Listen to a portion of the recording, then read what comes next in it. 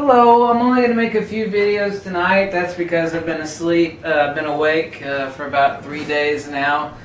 Been burning the candle at both ends. I just wanted to say thanks to you all again. I've said it before, but I am really appreciative of everything as far as, you know, I don't mind negative feedback. If I deserve it, then I certainly do deserve it.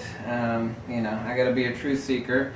I actually shocked a couple people by announcing that Tamron 15-30 is a top lens recommendation because you know, it just is. I mean, it rates a 9.5 out of 10. It would have easily rated a 10 if it had a couple more attributes, but absolutely no lens is perfect. The reason it's rated that way is because it's technically an f3.2, but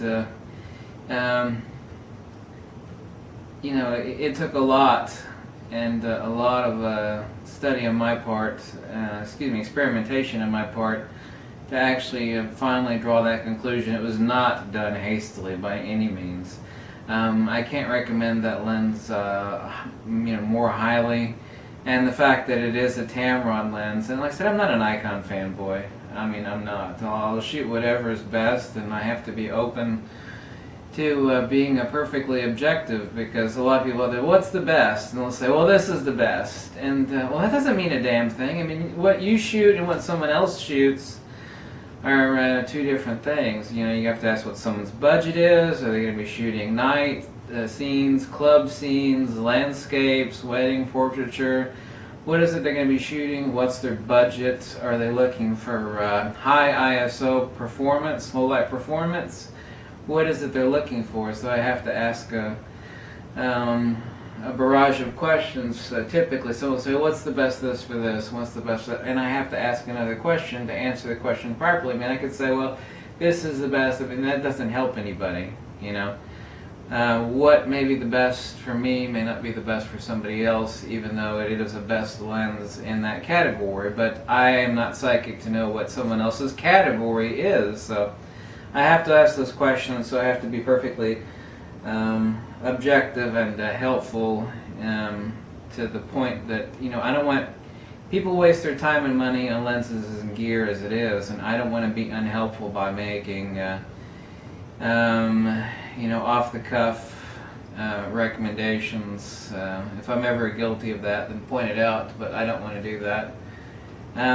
Anyway, this is meant to be a goofy video. Not goofy isn't bad, not what I just got done saying being goofy, but I used to work in a few retail stores, and I was going to tell you a couple quick stories. And I used to process film, but I also sold cameras and cleaned all the lenses. I had to play with the gold-plated Hasselblads and all these really, really expensive Leicas and all these lenses, and I would sometimes run outdated film to them, and I'd have contests with all the employees at Beach Photo and Videos, like which one was taken with a $100 point-and-shoot camera, and which one was taken with a $35,000 Leica and lens.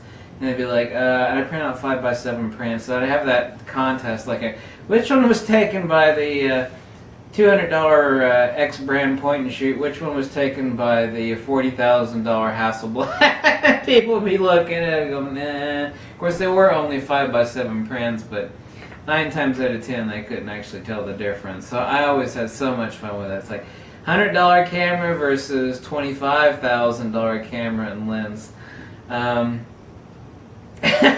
One of the workers that I work with, she got angry really quick, and if you ever pissed her off when you wanted to develop film, and she didn't do this very frequently, but if you really pissed her off, she'd pull the leader out on the film, and then there's a bright light as Daytona Beach, and she'd actually go pull out all the film and expose it, then run it through the processor, and she'd tell someone, oh, you must have a light leak in your camera because your film came out fog, and of course it's so absolutely awful. The police department there was a national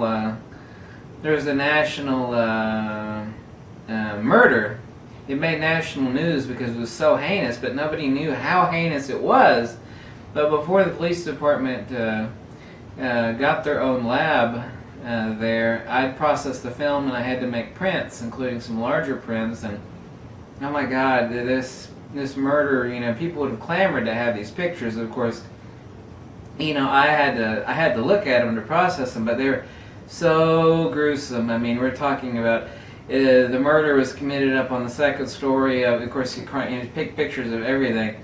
This person was hacked up and stuck into multiple suitcases. There's like a picture of like, well, here's the suitcase opened up, and here's all these body parts shoved into a suit. It's like, oh. You got to look at it to properly expose it. And of course, I had to do that working for the University of Kentucky Medical Lab, nursing department, the photography. The photography department of the University of Kentucky nursing department, of course, I print out pictures of like gross tumors and all these sort of skin nasty diseases and various body parts extracted from dead bodies. It's like they'd give them out to medical students. It's like, well, this is what a picture of a necrotic liver looks like. You have to make out 100 prints of that. It's like, oh. But anyway, this person had chainsawed this person into pieces, and it's like, well, here's a picture where they chainsawed the person and cut up the body parts, and then it's like, well, here's the second roll of film. It's like, what's that? Oh, it's like, well, here's the pictures of the blood dripping through the ceiling because the person was cut up into pieces on the second floor of the hotel, and here's the blood that's dripping through the ceiling. Click, click, click. The blood dripping through the ceiling onto the first floor where the person was hacked to death on the first floor. I was like, oh, gross. I don't know how I got off on that topic. Probably lack of sleep deprivation. I've actually got some really neat videos after this, at least two really neat videos. By the way, if you've never bought this stuff before, this is the cat's flippin' ass. This is the dog's bullocks. This is awesome. It's Maranatha sunflower seed butter. Now, I hate I hate everything. No, that's not necessarily true.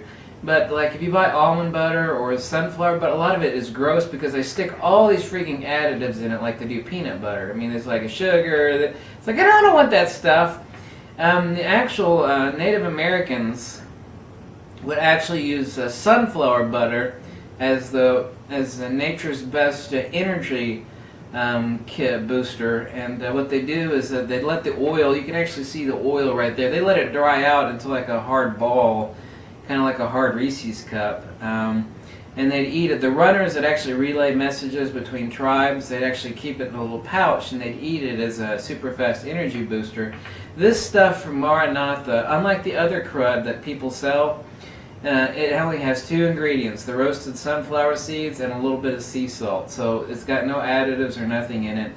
You usually can't find it at the grocery store, but go down to, every town has a store where there's like a grocery store that's where everything's really expensive and all the hippie douchebag losers hang out that like smoke pot and sniff their own flatus and are all driving they're all driving hybrid cars, and every car out in the parking lot always has like 20 bumper stickers like peace dude and unity and make love not war, and of course I'm all for that, but they kind of take it too extreme. The place that sells the all natural tofu and all the other gross hippie stuff that I should be eating, but I really don't. Anyway, this stuff is awesome. Try picking up some Maranatha sunflower seed butter. Man, this crap is awesome. I've probably eaten, it's like, yeah, that's why you're so fat. I've probably eaten maybe 50 jars of this stuff over the past 5 years. It's like less than $5 a jar, and holy crap. I don't know if you've ever had sunflower seed butter.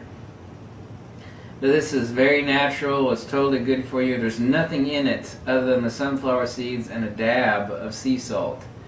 Everything else is just like peanut butter, like almond butter and the rest of the crud. They've always got sugar, molasses, to hell with that, It's hard actually finding, well, not very hard, trying to find genuine sunflower seed butter.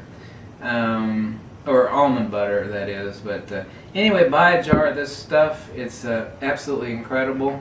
I sound like a pitch man for something weird. It's like he hasn't had enough sleep. Just wanted to say thanks. One of you actually sent me a nice $20 gift via PayPal, and I wanted to say thank you. What I did with it, however, I I actually needed some clothes, so I found some Odd Lots jockey undies. And you know how they're kind of like sewn slightly incorrect, they're like factory rejects, but you can never tell unless you look really closely. So I used your $20 donation because all all my underwear were worn out, so I bought myself a 4-pack of defective jockey lycra underwear off of eBay, so I can actually say, ooh, thank you. See, this is what happens. You get goofy and slap happy due to lack of sleep. But all of that was true, by the way. Everything I said was true, so. Someone out there is going, he's crazy. Catch you later.